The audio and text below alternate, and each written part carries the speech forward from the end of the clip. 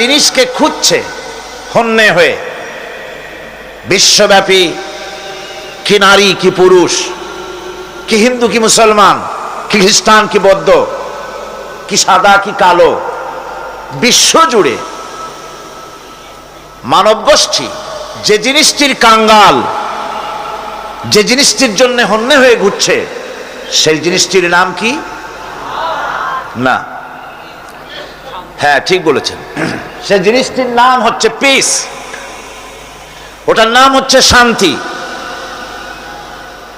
আজকে ঘরে শান্তি নাই, বাইরে শান্তি নাই, স্কুলে কলেজে শান্তি নাই, সেক্রেটারিয়েটে শান্তি নাই, ক্যান্টনমেন্টে শান্তি নাই, পার্লামেন্টে শান্তি নাই, দেশে শান্তি নাই, বিদেশে শান্তি নাই, রাজনীতিতে শান্তি নাই, শিক্ষাঙ্গনে শান্তি নাই। শান্তি যেন কারো নাম ছিল। বেচারা শান্তি মরে গেছে কলেরা অথবা ডায়রিয়া হয়ে, কি বসন্ত হয়ে। বেচারা শান্তি মরেছে, ওর বাবাও মরেছে, ওর মাও মরেছে, ওর গোষ্ঠীতে বাতি দেওয়ার আজ আর কেউ নাই। সেজন্য আজ বিশ্বব্যাপী সমস্ত মানুষ যদি শান্তি শান্তি করে জিকির করে, শান্তি কি প্রতিষ্ঠিত হবে? হবে না।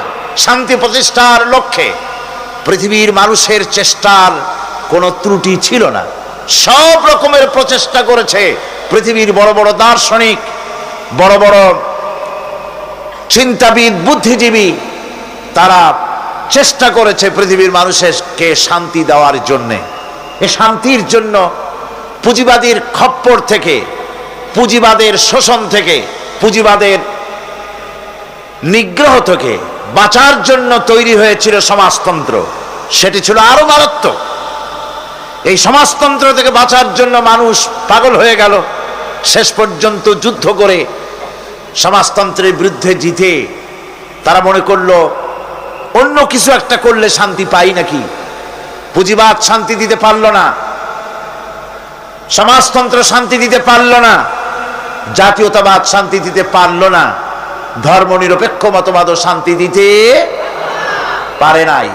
পেরেছে নাকি? পারে নাই।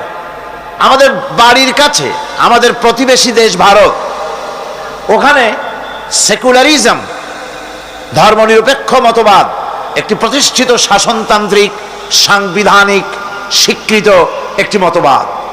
এ মতবাদ দিয়ে তারা দেশের জাতি ধর্ম বর্ণ নির্বিশেষে সকলকে শান্তি দেওয়ার লক্ষ্যে এই মতবাদটি তারা রেখেছিল।